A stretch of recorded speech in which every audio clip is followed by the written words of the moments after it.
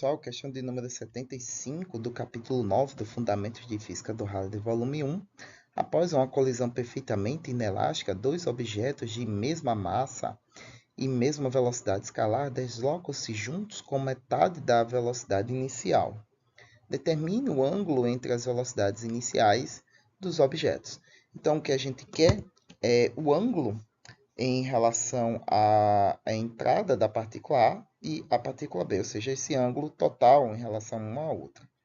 Então, nós vamos ter aqui um sistema de coordenadas x e y, que vamos orientar aqui como referência para visualizar a nossa colisão, e vamos adequar esse sistema de forma com que seja mais fácil para nós podermos interpretar o que acontece. Porque se a gente abrir os cálculos de forma que não sei qual é o ângulo de entrada e não sei qual é o ângulo de saída em relação a alguma coisa, eu posso até chegar na resolução, mas vou chegar de forma muito difícil.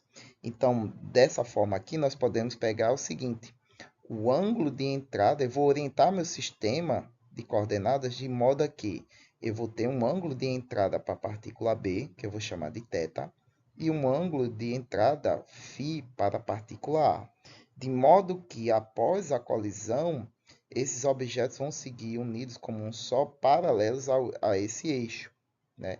Já que nós vamos ter ele como referência. Lembre-se que após a colisão, as partículas vão se mover como um corpo só, porque vai ser uma colisão perfeitamente inelástica.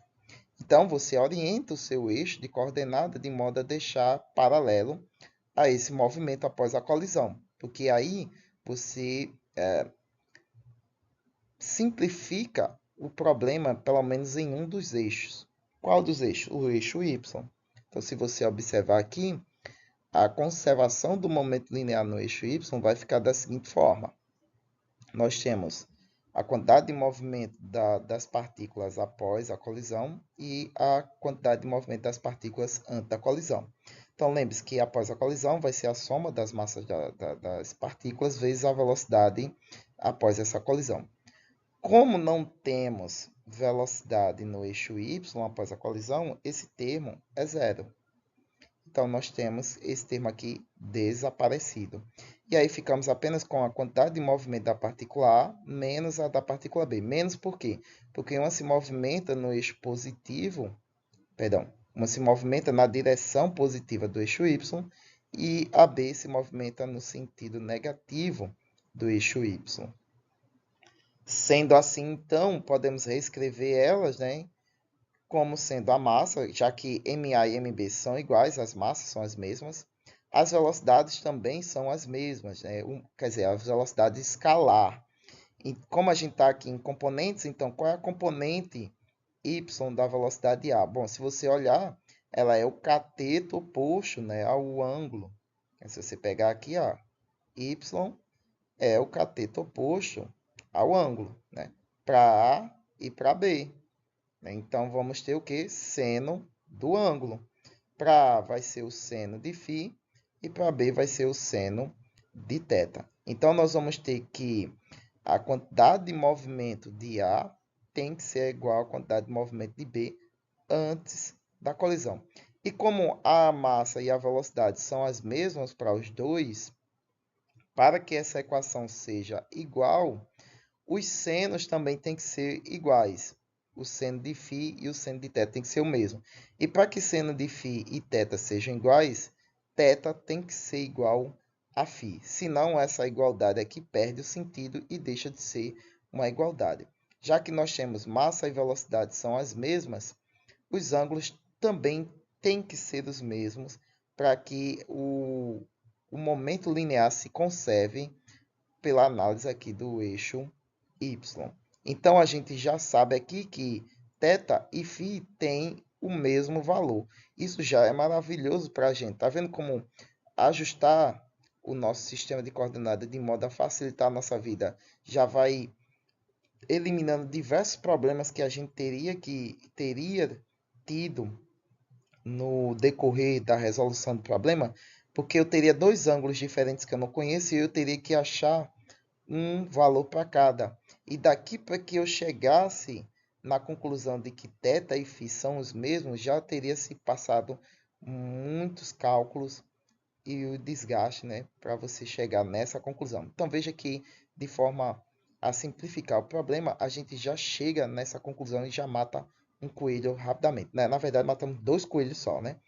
Resolvemos o problema de reduzir a quantidade de expressões para resolver e já chegamos aqui numa conclusão de que θ e φ são os mesmos. Dessa forma, nós temos o seguinte agora. Analisando o eixo x, já que aqui os valores têm que ser o mesmo, né? Então não tem mais o que fazer aqui no eixo y. Então vamos recorrer para o eixo x, né? Pelo menos ali a gente já sabe que φ e θ têm valores iguais. No eixo x nós temos o seguinte, né? Conservação do momento linear, o momento se conserva, quantidade de movimento antes e após a colisão são os mesmos. Então abrimos a nossa expressão. Após a colisão, temos a soma das massas, porque as partículas vão se mover como um corpo único, e a velocidade linha, né, o v' do nosso objeto após a colisão. E do outro lado, né, as quantidades de movimento após, quer dizer, antes da colisão de A e B, que eles se movimentam separadamente. Podemos escrever alguns termos aqui, ó, como por exemplo, como as massas são iguais, então tem um m mais m, 2m. Então fica 2m vezes v'. Aqui eu tenho também, né, eu vou trocar já a massa por m, a minha IMB por m são as mesmas, né? E a velocidade no eixo x, né, de A, vai ser o quê? Como em y foi o seno, em x vai ser o cosseno, porque essa componente x é o cateto adjacente, né? Então é a linha branca aqui, ó. Cateto adjacente ao ângulo, então nós vamos ter v cosseno θ, perdão, cosseno φ.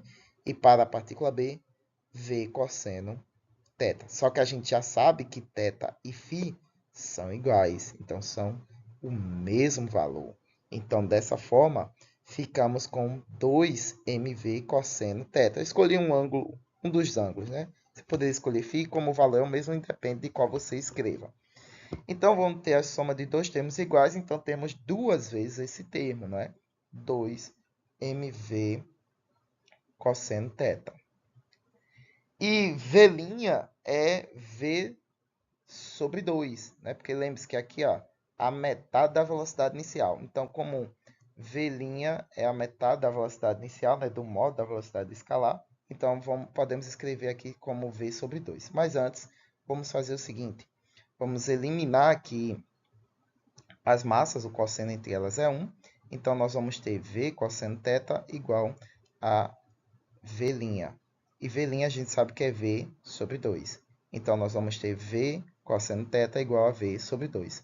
E aí, nós temos aqui no numerador de ambos os lados v e v. Então, o quociente entre eles vai dar 1. Então, vai ficar cosseno θ igual a 1 meio. E aí, a gente aplica o arco cosseno de θ, que é 1 meio. Arco cosseno de 1 meio vai dar 60 graus. E como θ e φ têm o mesmo valor, então θ e φ têm 60 graus. Então, o ângulo de entrada entre as duas partículas é 60 mais 60, o que nos dá aí 120 graus. Então, o ângulo entre os vetores velocidade dessas duas partículas é de 120 graus. Esse vai ser o ângulo de impacto de uma partícula em relação à outra. Muito bem, pessoal, espero que tenham gostado, espero que tenham acompanhado a linha de raciocínio até aqui. Curtam, compartilhem, se inscrevam no canal se você é novo. E como sempre, dúvida, críticas e sugestões aí embaixo na caixa de comentários. E até a próxima questão.